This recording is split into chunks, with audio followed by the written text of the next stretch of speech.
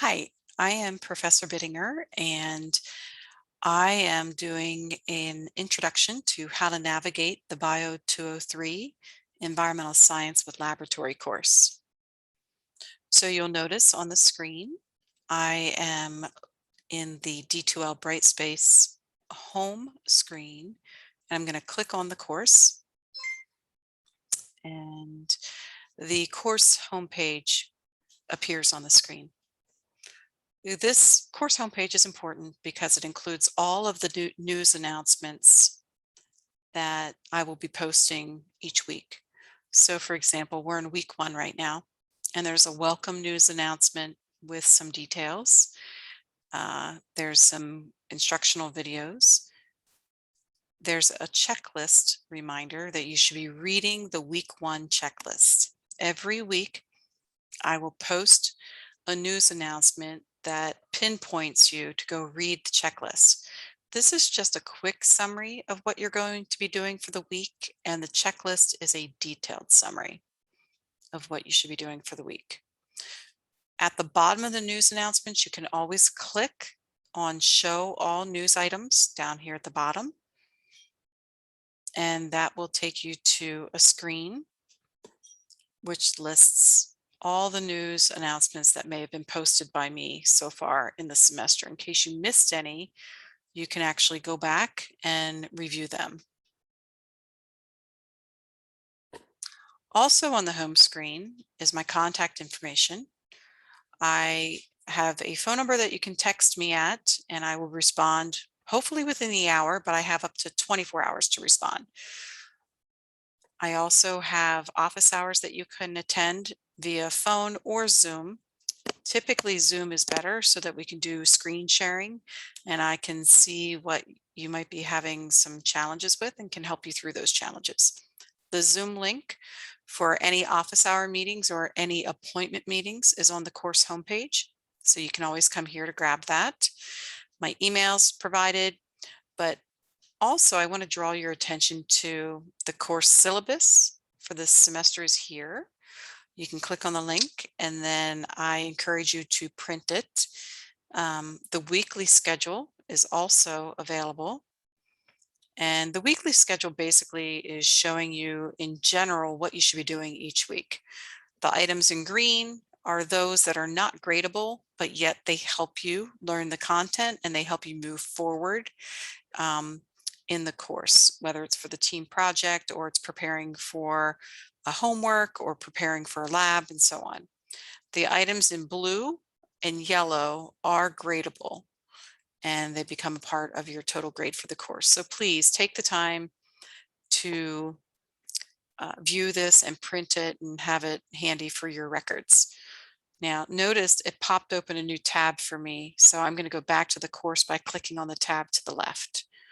I also have the monthly schedule or course schedule as a whole. And this lists what is due each week that is gradable in the yellow highlights. So anything that's highlighted in yellow is a gradable item that is submitted. Any of the other items are basically items for you to review, to look at, to practice, or do to help you learn the content in the course. Again, it opened up a new tab, so I'm going to go back to the course by clicking on that tab labeled homepage.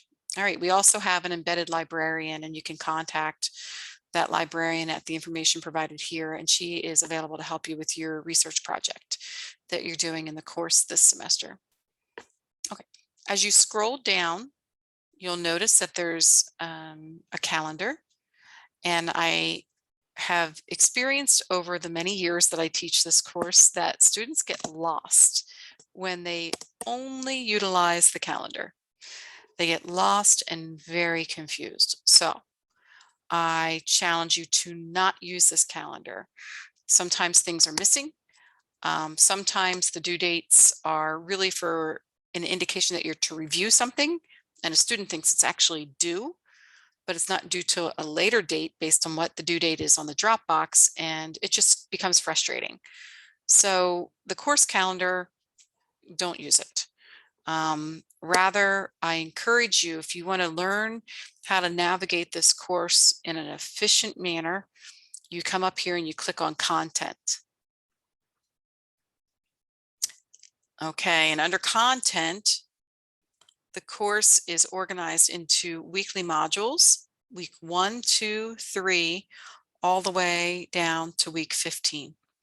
And under each week, it is in sections that are titled Overview, Lesson Content, which are your lectures and your reflection votes, Activities and Assessments, which is your homework that is due and gradable, Laboratory, which is your lab assignment that is due that week and due, Team Project, which includes various milestones that you are to work on during different weeks in order to make sure that you're making headway with your team research project, and a section on questions and comments.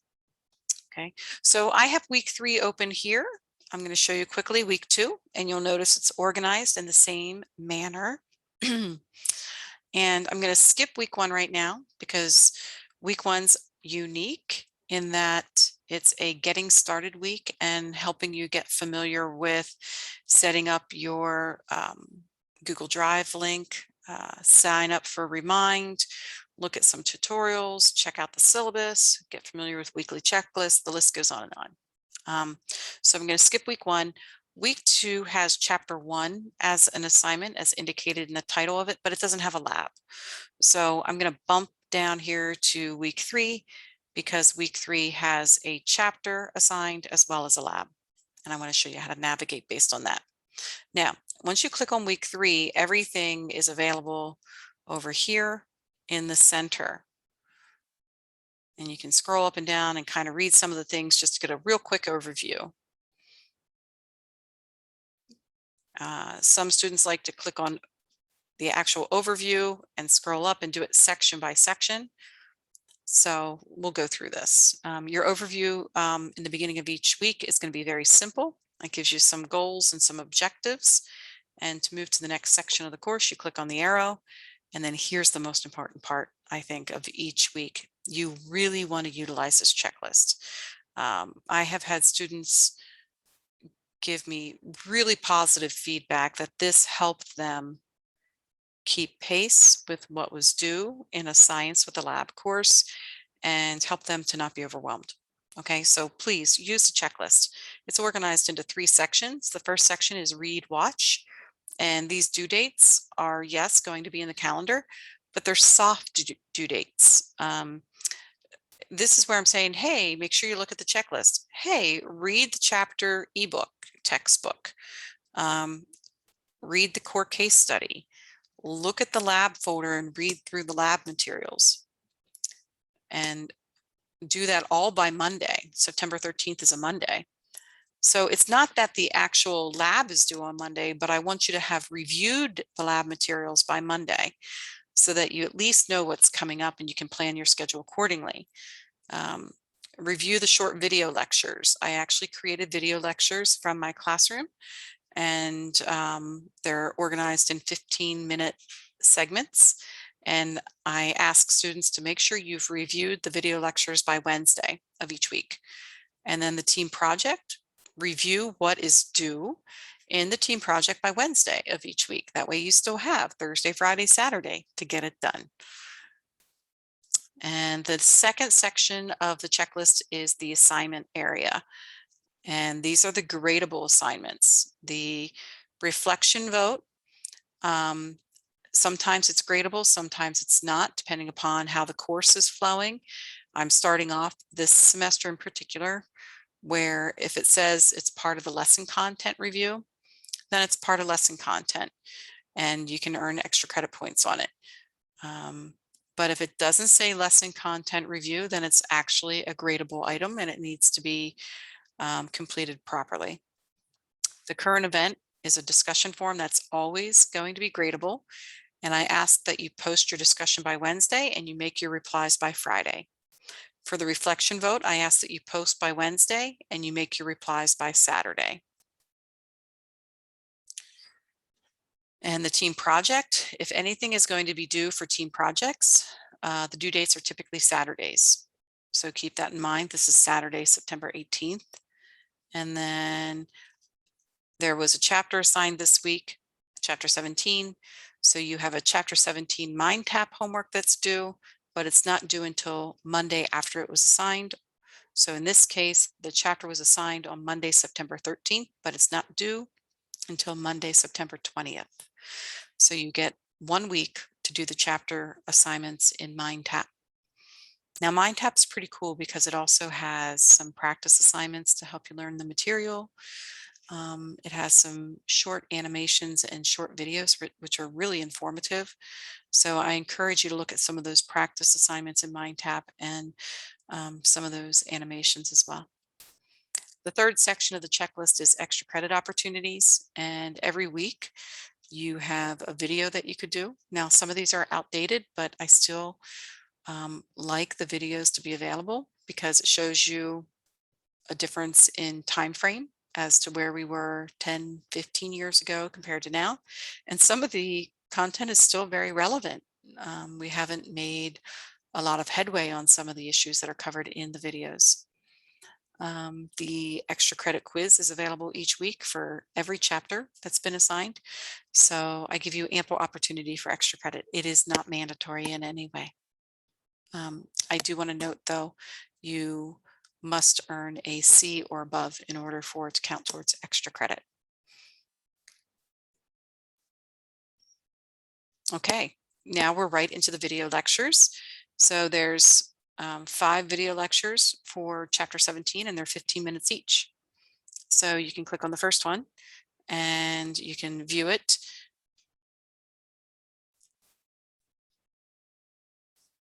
And then go to the next one. Okay. You'll notice there's 5 of these.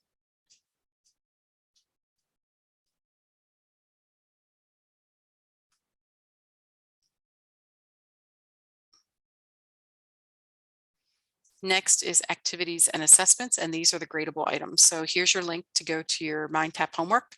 It also takes you to the e-text. So when you want to read the chapter, you can come down to this section and click on this to get to the chapter.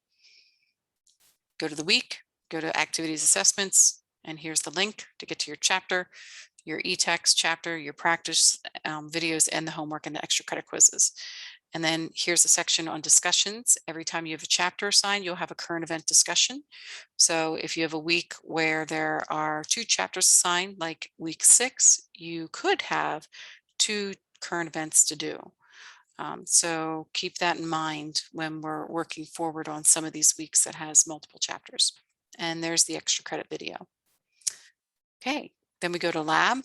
And I strongly encourage you to always get to the lab assignment by coming to the weekly module and coming down to lab and clicking on it, because there are instructions here that are not available with the Dropbox. So it's important that you come here to work on the lab materials. After lab, we have the team project folder, and there's instructions here as well. So make sure you click on the team project folder and then the individual links to figure out what you're supposed to be doing this week for team project. And then finally, there's questions and comments. And I have a couple discussion forums that you can tap into to ask questions and get some help. Okay.